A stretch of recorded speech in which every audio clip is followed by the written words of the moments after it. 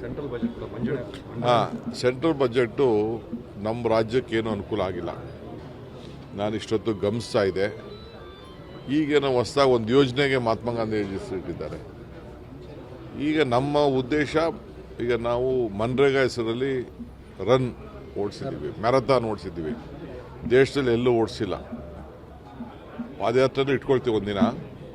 Marathon ನಮ್ಮ ಕ್ಷೇತ್ರದಲ್ಲೇ ನಾವು ಮಾಡಿದ್ದೀವಿ, ನೀವು ಗಮನಿಸಿದ್ರಿ.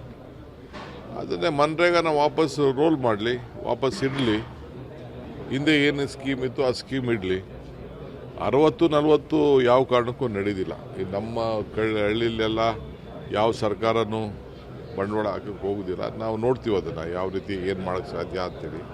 ಬಟ್ ಈಗೇನೋ ಒಂದು ಸ್ಕೀಮ್ ಇಟ್ಟಿದ್ದೀವಿ ಅಂತ ಹೇಳ್ತಾ ಇದ್ದಾರೆ. ಸೊ ನಮ್ಮ ರಾಜ್ಯಕ್ಕೆ ಯಾವುದೋ ದೊಡ್ಡ ಪಾಲು ಕೂಡ ಇಲ್ಲಿ ಬಂದಂಗೆ ಇಲ್ಲ. ಇನ್ನು ಅದು ನಡೀತಾ ಇದೆ. ಸಾಕಷ್ಟು ವಲಯಕ್ಕೆ ಏನ ಅಳವಡಿಕೆ ಮಾಡ್ತೀವಿ ಅನ್ನುವಂಥದ್ದು ಘೋಷಣೆ ಮಾಡಿದ್ದಾರೆ ಸರ್. ಇದು ಅನುಕೂಲ ಆಗ್ಬೋದು ನೋಡಿ. ಈಗ ಮನ್ರೇಗಾ ಕೂಡ ನಾವು ಆರ್ಟಿಫಿಷಿಯಲ್ ಇಂಟೆಲಿಜೆನ್ಸ್ ಮೇಲ್ಗಡೆಯಿಂದ ನೋಡ್ಬಿಟ್ಟು ಡೆಲ್ಲಿಯಿಂದನೇ ತೀರ್ಮಾನ ಮಾಡ್ತೀವಿ ಯಾವ ಊರಲ್ಲಿ ಕೆಲಸ ಮಾಡ. ಈ ಕೂಲಿ ಸಿಕ್ಕೋದು ಯಾವಾಗ? ವ್ಯವಸಾಯದ ಕಾಲದಲ್ಲಪ್ಪ. ವ್ಯವಸಾಯದ ಕಾಲದಲ್ಲಿ ಕೂಲಿ ಕೊಡೋಕ್ಕೆ ಏನು ತೊಂದರೆ ಅವ್ರಿಗೆ? ನಾವು ಅವ್ರ ಜಮೀನಲ್ಲಿ ಅವ್ರು ಮಾಡ್ಕೊಳಕ್ಕೆ ಹೇಳ್ತಾ ಇದ್ದೀವಿ. ಈಗ ಕಾಂಟ್ರಾಕ್ಟರ್ ಕೆಳಗಡೆ ನೀವು ಮಾಡಿ ಅಂತ ಹೇಳ್ತಾರೆ.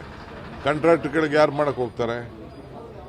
ಸೊ ಆರ್ಟಿಫಿಷಿಯಲ್ ಇಂಟೆಲಿಜೆನ್ಸಿಂದ ವ್ಯವಸಾಯಕ್ಕೆ ತಂತ್ರಜ್ಞಾನ ಇದೆ, ನಾನು ಇಲ್ಲ ಅಂತ ನಾನು ಹೇಳೋದಿಲ್ಲ. ಈಗ ತಳಿಗಳು ಮಾಡಬೇಕಾದ್ರೆ ಬೇಕಾದಷ್ಟು ಕೋಳಿ ತಳಿ, ಬೇರೆ ಬೇರೆ ತಳಿ ಮಾಡಬೇಕಾದ್ರೂ ಬೇಕಾದಷ್ಟು ಹೊಸ ಟೆಕ್ನಾಲಜಿಗಳೆಲ್ಲ ಬಂದಿದೆ. ಸೊ ನಮಗೆ ರೈತರಿಗೆ ನಾವು ಈಗ ರೇಷ್ಮೆಗೆ ಇಲ್ಲಿ ಉತ್ತೇಜನ ಕೊಡಬೇಕು ಅಂತೇಳಿ ನಾವು ಯಾವಾಗ ಹೊರಟಾಗ, ಈಗ ಹೊರಗಡೆಯಿಂದನೂ ಕೂಡ ನಮ್ಮ ಕನಕಪುರದಲ್ಲಿ ಎಷ್ಟು ಬೆಳೀತಾ ಇದ್ದಾರೆ ಅಷ್ಟೇ ಬೆಳೆ ಹೊರಗಡೆನೂ ಈಗ ಪ್ರಾರಂಭ ಆಗ್ತಾ ಇದೆ. 800 ರೂಪಾಯಿವರೆಗೂ ಇದೆ. ಇನ್ನು ಈ ರೀತಿ ಬೇಕಾದಷ್ಟು ಪ್ರೋತ್ಸಾಹ ಕೊಡುವಂಥ ಕೆಲಸ ಎಲ್ಲ ನಾವೆಲ್ಲ ಮಾಡ್ತಾ ಇದ್ದೀವಿ. ಕೇಂದ್ರ ಸರ್ಕಾರ ಕೂಡ ಇದ್ರ ಬಗ್ಗೆ ಸರಿ ಮಾಡಬೇಕು. ಈಗ ಸಕ್ಕರೆ ಬೆಲೆ ಯಾಕೆ ಏರಿಸಿಲ್ಲ? ರೈತರಿಗೆ ಲಾಸ್ ಆಗ್ತಾ ಇದೆ. ನಮ್ಮ ರಾಜ್ಯದಲ್ಲಿ ನಾವೇನೋ ದೊಡ್ಡ ಡಿಸಿಷನ್ ತೊಗೊಂಡಿದ್ದೀವಿ. ಸಕ್ಕರೆ ಬೆಲೆ 40-50ವರೆಗೂ ಹೋದ್ರೂ ಏನು ತೊಂದರೆ ಏನಾಗೋದಿಲ್ಲ. ಕೇಂದ್ರ ಸರ್ಕಾರ ಇನ್ನು ಮೊಲಸಿಸ್ಸು ಸಕ್ಕರೆ ಬೆಲೆ ಏರಿಸ್ತಾ ಇಲ್ಲ. ಯಾಕೆ?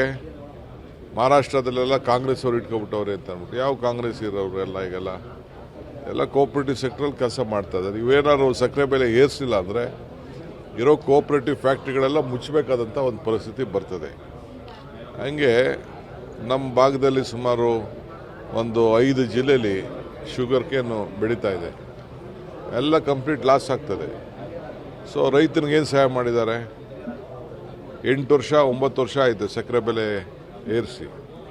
ಇದೆಲ್ಲ ಕೇಂದ್ರ ಸರ್ಕಾರ ಮಾಡಬೇಕಾದಂಥ ತೀರ್ಮಾನ. ಮತ್ತು ರೈತ ಬೆಳೆದಂಥ ಎಲ್ಲ ಬೆಲೆಗಳಿಗೆ MSP ಬೆಲೆಗಳಿಗೆ ಅವರೇ ಕಂಟ್ರೋಲ್ ಇಟ್ಕೊಂಡಿದ್ದಾರೆ. ಅದಕ್ಕೆ ಅವಕಾಶ ಮಾಡಿಕೊಡ್ಬೇಕು ಸರ್. ಸಾಕಷ್ಟು ನಿರೀಕ್ಷೆ ಈ ಬಜೆಟಲ್ಲಿ. ಬೆಂಗಳೂರಿನ ಇಡೀ ವಿಶ್ವ ನೋಡ್ತಿತ್ತು.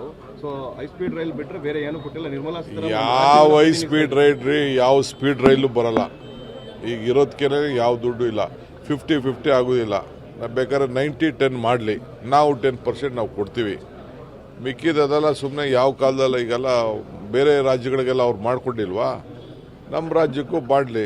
90% ಅವ್ರು ಮಾಡಲಿ, 10% ನಾವು ಕೊಡ್ತೀವಿ. ಸರ್, ಬೆಂಗಳೂರು ಅಭಿವೃದ್ಧಿ ವಿಚಾರವಾಗಿ ಸರ್ ನಿಮ್ಮ ನಿರೀಕ್ಷೆ ಏನಿತ್ತು ಸರ್ ಈ ಬಜೆಟ್ನಲ್ಲಿ? ನಮ್ಮ ನಿರೀಕ್ಷೆ ನಮಗೆ ಅತಿ ಹೆಚ್ಚು ಪ್ರೋತ್ಸಾಹ. ಈಗ ಮೋದಿ ಅವರೇ ಗ್ಲೋಬಲ್ ಸಿಟಿ ಅಂತ ಹೇಳಿದ್ರು.